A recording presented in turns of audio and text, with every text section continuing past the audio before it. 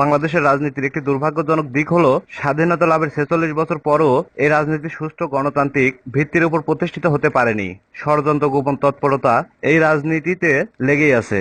যখন দেশটিতে সাধারণ নির্বাচন অনুষ্ঠানের সময় আসে, তখন এই নির্বাচনের সাধারণ প্রস্তুতির আড়ালে গোপন তৎপরতা, ষড়যন্ত্র বেড়ে যায়। আরেকটি সাধারণ নির্বাচন এখন সামনে, যথানিয়মে এই গোপন তৎপরতা শুরু হয়ে গেছে।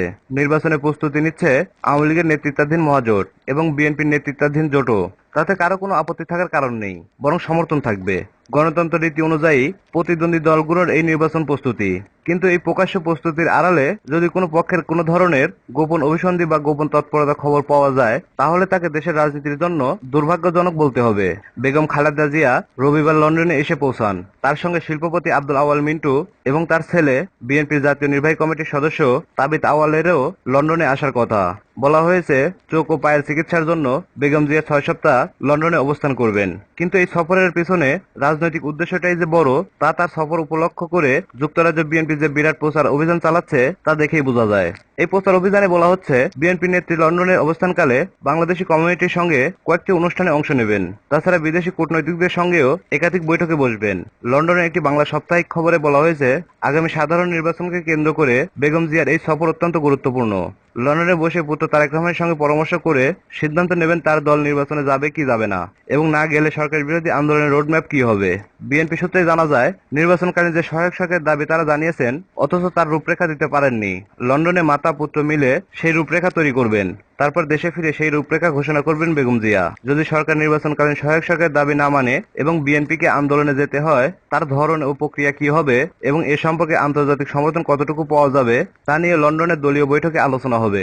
এই খবরটি যখন লন্ডনের বাংলা সাপ্তাহিকে পড়েছি, তখনই আবার গুজব কানে এসেছে বেগম জিয়া লন্ডনে এসে পৌঁছাতে নাও পারেন, তার লন্ডন সফর স্থগিত হতে পারে। আমার এই গুজবটি বিশ্বাসযোগ্য মনে হয়নি, কারণ বেগম জিয়ার এবারের লন্ডন সফর অত্যন্ত গুরুত্বপূর্ণ। বিএনপি প্রকাশ্য রাজনীতির ঘাঁটি এখন ঢাকা হলেও অপ্রকাশ্য রাজনীতির প্রধান ঘাঁটি লন্ডন।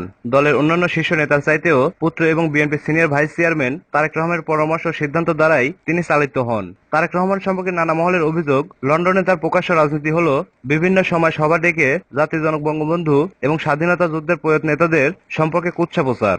আর অপ্রকাশ্য রাজনীতি হলো বিদেশে বসে দেশের সরকার উৎখাতের জন্য গোপন ষড়যন্ত্র পাকানো। ২০১৪ সালের নির্বাচনে বানচালের জন্য বাংলাদেশে জামায়াতীদের সহযোগিতায় যে হিংস্র পেট্রোল বোমা হামলায় অসংখ্য নিরীহ মানুষ হত্যা করা হয়েছিল, তারও রূপরেখা তৈরি হয়েছিল এই লন্ডনেই। রবিবারে খালেদা জিয়া লন্ডনে পৌঁছান। পরদিন সোমবার লন্ডনে হাউস অব লর্ডস এ বাংলাদেশ সংক্রান্ত আলোচনা সভা। আগে এই সভা ডাকতেন লর্ড এভাবেরি, তিনি মারা যাওয়ার পর এই সভা ডাকেন লর্ড কার্লাইল। সোমবারের বৈঠকটিও তিনি ডেকেছেন। বাংলাদেশের সরকারি ও বিরোধী দলীয় একাধিক নেতাকে এই বাৎসরিক বৈঠকে জড়ো করে দুপক্ষকে এই বক্তব্য পেশ করে দেশটির গণতান্ত্রিক ও মানবাধিকার সংক্রান্ত পরিস্থিতি বিস্তারের সুযোগ দেওয়া হয়। কাজের কাজ কিছুই হয় না। এটা একটা স্যাটারিং ক্লাব। এই স্যাটারিং ক্লাবে বাংলাদেশের জামাতিদের আসা নিষিদ্ধ। তথাপি গত বছর এক জামাতি ওই বৈঠকে ঢুকে পড়ে, হইচই জুড়ে দিয়েছিল। তাকে পুলিশ ডেকে বহিষ্কার করতে হয়। ওই বৈঠকে কাজের কোনো আলোচনা হয় না। আওয়ামী লীগ ও বিএনপি দু দলের প্রতিনিধি এখানে আসেন।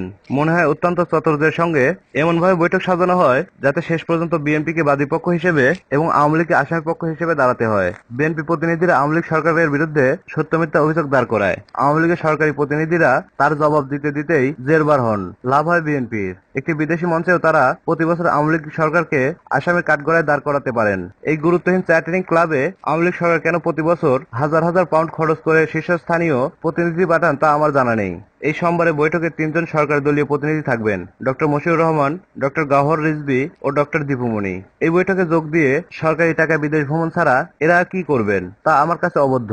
রবিবার বেগম খালেদা জিয়া লন্ডনে আসছেন। পরদিন সোমবার লন্ডনের লর্ড সভায় বাংলাদেশ সম্পর্কে এই বৈঠক বিএনপির জন্য একেবারে সোনায় সোহাগা। আওয়ামী লীগ সরকারের বিরুদ্ধে সত্য মিথ্যা রঞ্জিত অতিরঞ্জিত অভিযোগ প্রচারে তারা এক ধাপ এগিয়ে যাবেন। তবুও বিএনপির এই প্রকাশ্য রাজনীতি সমর্থনযোগ্য। একটা সাধারণ নির্বাচনের আগে নির্বাচনে প্রতিদ্বন্দ্বিতা করার জন্য সকল রকমের প্রস্তুতি গ্রহণের অধিকার আছে তাদের, সকল দলেরই আছে। কিন্তু ঢাকায় বসে তারা নির্বাচনকালীন সহায়ক সরকার গঠনের দাবি জানাবেন এবং লন্ডনে বসে অন্য পন্থায় সরকার উচ্ছেদে ঘোট পাকাবেন, তা তো হয় না। নিউজটি সম্পূর্ণ দেখার জন্য ধন্যবাদ।